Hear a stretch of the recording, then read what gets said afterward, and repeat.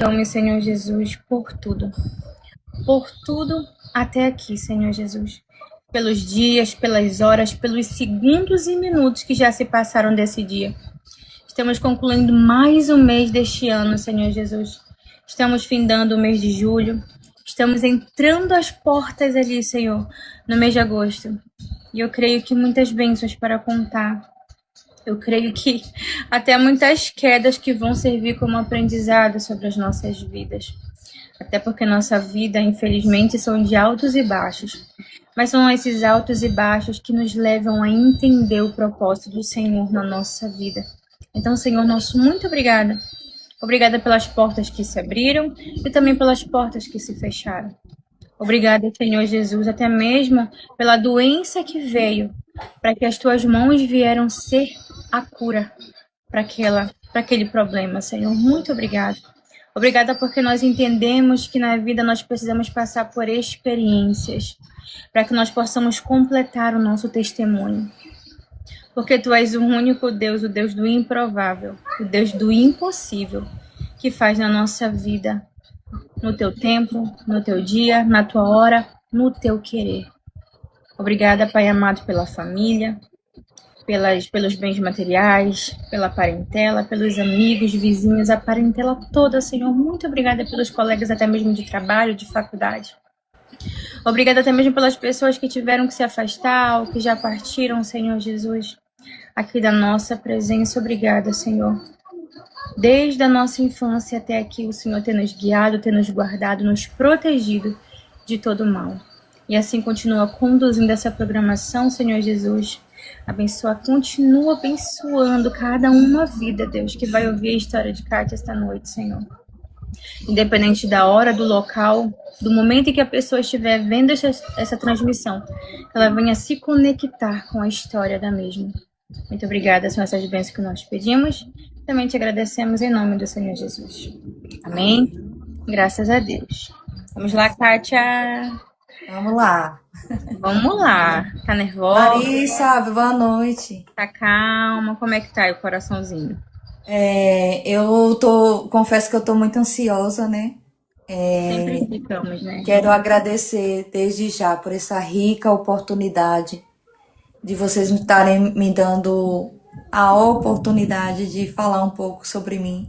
Poucas pessoas me conhecem, mas eu tive a honra e o prazer de conhecer vocês aqui mesmo na plataforma, né?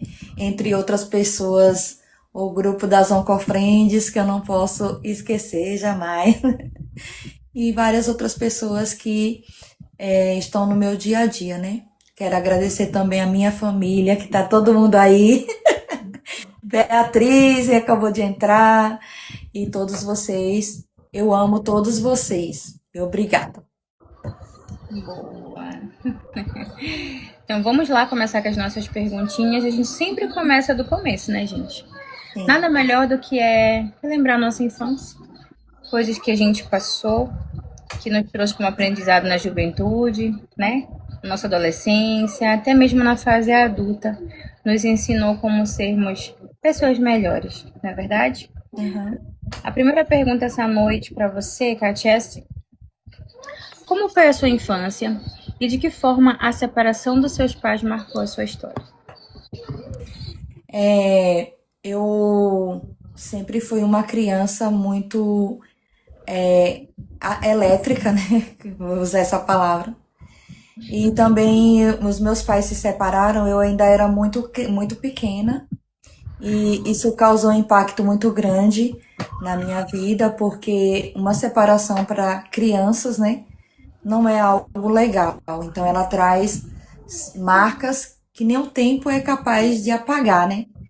Mas eu me lembro da minha infância, às vezes que eu corria com meus irmãos na rua para jogar bola, que eu era muito arteira, então eu jogava bola, eu corria na rua, eu estudava. Eu sempre fui muito inteligente na questão de estudar, né? Sempre gostei muito, muito mesmo de estudar.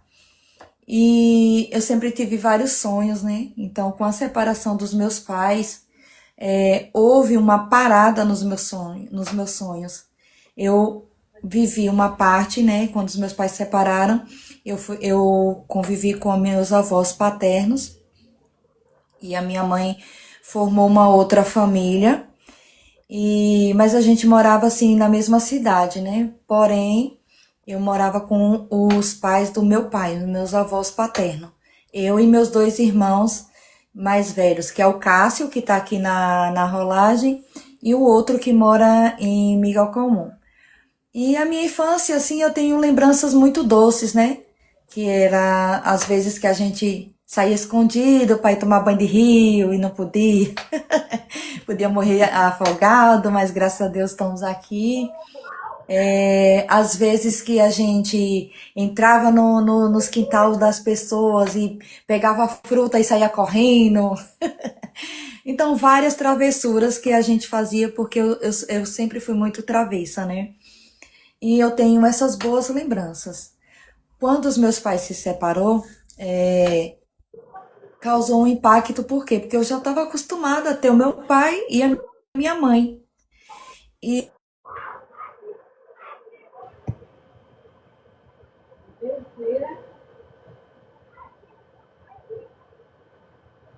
eu perdi aquela proteção. Então eu comecei a me sentir sozinha, né? Eu comecei a me sentir sozinha e com isso eu tive que amadurecer muito rápido, tive que fazer funções que crianças não fazia, né? Por exemplo, eu ia vender gelinho na feira o dia inteiro, né, no sábado, porque criança gostava de salgadinho, pipoca, gelinho, essas coisas. Então, eu sempre fui independente desde criança na questão de querer correr atrás de seus objetivos. Então, eu vendia gelinho, eu carregava frutas para outras pessoas venderem, né? Que eles chamavam a gente que era criança para ajudar, né? Nas barracas de feira. Então tenho muitas lembranças maravilhosas, né? Quando estava chovendo, a gente saía na rua, tomava banho de chuva, eu e meus irmãos, e sempre fomos crescendo assim, né? Com essa diversidade, tendo que conviver com a insegurança, né? A incerteza e o medo de estar sozinho, né? Em algum momento. Mas são lembranças doces que eu tenho. E eu me recordo que uma vez eu fui tomar banho num povoado próximo da minha cidade. E aí eu era criança, tinha uns 10 anos, mais ou menos, e fui escondido do meu pai. E aí quase que eu morri afogada lá. E aí, quando eu cheguei em casa, o que que eu levei? Uma boa peia, porque eu era muito levada, né? São lembranças muito doces que eu tenho. Houve algumas lembranças que não foram tão doces, né? Mas eu creio que tudo tem um propósito. E muitas vezes eu falava assim, ah, por que que eu passei por isso, né? Mas eu penso assim hoje, que se eu não tivesse passado por a separação dos meus pais, os medos, as inseguranças, e várias outras coisas, talvez hoje eu não me tornasse a pessoa que eu sou. Talvez hoje eu seria uma pessoa soberba, ou uma pessoa que não tinha objetivos, que não tinha planos, né? E graças a Deus, eu hoje tenho uma outra mentalidade, né? Eu vejo a vida de uma forma diferente. Perfeito. Você falou sobre você ter trabalhado muito cedo, já na sua adolescência, na sua juventude. Minha próxima pergunta para você é: aos 15 anos você deixou os estudos e foi trabalhar como empregada doméstica em Salvador. O que você viveu e aprendeu naquela época? Ó, como eu falei para vocês, eu sempre fui uma pessoa que eu sempre tive sonhos, né? É tanto que quando eu era criança, todo Natal eu sonhava com a Xuxa me dando um presente. Para você ver como eu sempre fui sonhadora. E aí, aos meus 15 anos, eu falei para o meu pai, eu disse, pai, eu quero criar asa e quero voar. Eu quero aprender a cuidar de mim, a ser alguém, a me descobrir. E o meu pai não concordou naquela época porque ele achava que eu era muito pequena, né, para adolescente sair no mundo. E eu fui mesmo assim, escondida. Fui. Fui escondida. E aí, chegou lá, eu fiquei na casa de um casal de idosos, né? Era um casal não, eram duas irmãs idosas, cuidando delas. E ali eu tive que aprender muita coisa, porque eu não sabia cozinhar, eu tive que aprender. E eu não sabia o que se chamava humilhação, eu tive que aprender. Porque lá nessas casas que eu trabalhei, você comia o que tinha armazenado no congelado, no freezer há vários meses e não a comida do dia, então eu tive que aprender muito isso. E eu nunca soube lidar com a rejeição. Eu nunca aprendi a lidar com a rejeição. Então, para mim, aqueles momentos que eu passei naquelas casas, servindo aquelas pessoas que eu não conhecia, eu parava e pensava: o meu pai, a minha mãe, é, estão lá me esperando de braços abertos e eu aqui sofrendo. Mas eu queria aprender a ser melhor que eu sou hoje, né? Mas não melhor que os outros, melhor que eu mesma, porque a gente vai aprendendo. São experiências que a gente vai adquirindo. E aí, lá eu tive que aprender a cozinhar, lavar, passar e fazer todos os afazeres domésticos. E não tinha horário de descanso. Se tivesse que ficar até meia-noite acordada fazendo as coisas, tinha que fazer. E assim sucessivamente. Então foi muito choro, foi muitas tristezas, né? E aí eu um dia falei assim, não, eu não, esse lugar não é mais para mim. Eu quero voltar, eu quero estudar, terminar os meus estudos de onde eu parei, porque eu tenho objetivos, né? E eu sonhava em fazer uma faculdade. Era meu sonho desde criança.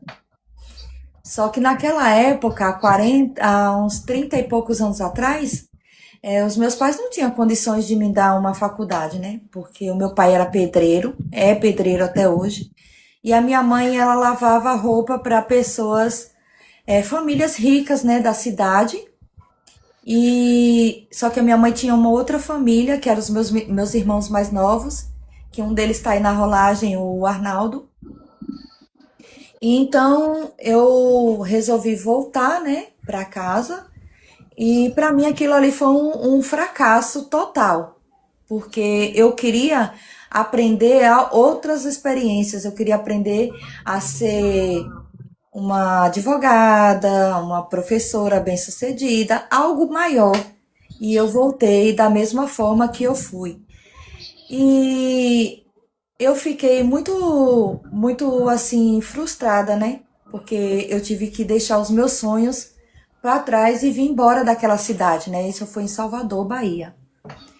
E aí aos 17 anos, eu retornei e comecei a estudar novamente, né? Para terminar os meus estudos. Aí terminei os meus estudos, né? O ensino médio completo, me formei para professora. Eu sou professora, gente, também.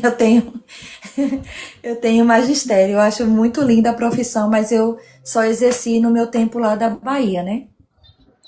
E aí, depois, aos 20 anos, aos 19 anos, eu engravidei do meu primeiro filho e eu estava estudando ainda para completar o ensino médio.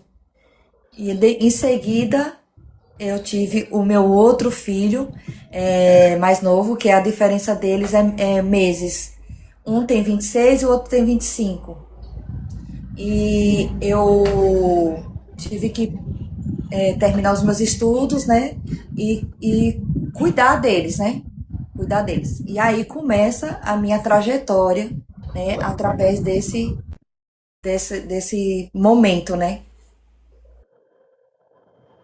Perfeito. Então, só para recapitular, você saiu para trabalhar aos seus 15 anos, você passou uma faixa etária de uns 2 anos, mais ou menos, Isso, quando você completou 17 anos e voltou aos seus estudos, isso. certo?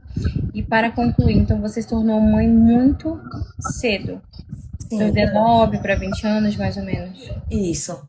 nessa faixa etária. Perfeito. Ele está bem incluso nas perguntas aqui, mas tá tudo ok. A, a minha próxima pergunta para você, já como você se tornou mãe cedo, como foi conciliar sua maternidade e todos os desafios que você enfrentou? Olha, foi muito desafiador, né? Porque, igual eu falei para vocês, né? Que os meus pais se separaram e eu tive que aprender tudo sozinha. Então, quando eu engravidei do meu primeiro filho, eu não sabia muita coisa, eu não sabia como era que dava luz, eu não sabia, como era que cuidava de um bebê, muitas coisas eu não sabia. E eu não tive orientação de ninguém, porque é, era assim, eu reservei, é a palavra, né? Ao meu mundo, eu me fechei ao meu mundo. Eu não quis compartilhar com outras pessoas, né? E aí, depois, quando eu tive meu primeiro filho, eu ainda estava estudando. Eu tive que aprender a ser mãe, tive que aprender a ser esposa, que eu também não sabia. E também, naquela época, o trabalho era muito difícil, só trabalhava quem tinha costa quente, né? Como diz hoje nos dias atuais. Nessas cidades pequenas é assim, né? Que a gente não. Se a gente não tiver um costa quente para nos ajudar, nos auxiliar e nos dar uma oportunidade, a gente não consegue trabalhar e ter uma vida digna, né? Então, no interior é tudo muito mais difícil. A vida é mais sofrida, as coisas são mais caras, né? Mas quando eu tive o meu filho mais velho, a minha mãe estava aqui, que ela fazia tratamento, né? Que a minha mãe tinha diabetes, pressão alta e tinha também uma hérnia, né? Que foi o que causou o falecimento da minha mãe, né? Então eu tive que aprender a lidar com essas adversidades. Eu não sabia nem como que era trocar uma fralda, cuidar de uma criança. E eu tive que aprender tudo isso. Aos 20 anos, eu tive o meu outro filho. Ele hoje tem 25 anos. E quando eu tive ele, eu já estava finalizando os meus estudos, né? Já estava finalizando o magistério, já estava finalizando. E quando eu tive ele, a minha mãe já estava lá, então a minha mãe me deu um suporte, mas do meu filho mais novo eu não tive tanto suporte por causa que meu pai morava aqui em São Paulo, minha mãe estava aqui em São Paulo fazendo tratamento e só tinha o meu padrasto, né, que cuidava dos meus irmãos mais novos e a família do meu pai. Mas aí eu não queria incomodar ninguém, porque eu sempre fui independente. Então eu tive um casamento assim frustrado, né? E eu tive que desde muito cedo aprender como é criar um filho sobre as adversidades, né? E aí eu fui trilhando esse caminho e consegui trabalhar. E depois o meu casamento não deu certo em uma certa etapa, né? Porque eu sofria violência doméstica. E aí, enquanto eu não conseguia me sustentar sozinha, eu me sentia obrigada a cuidar,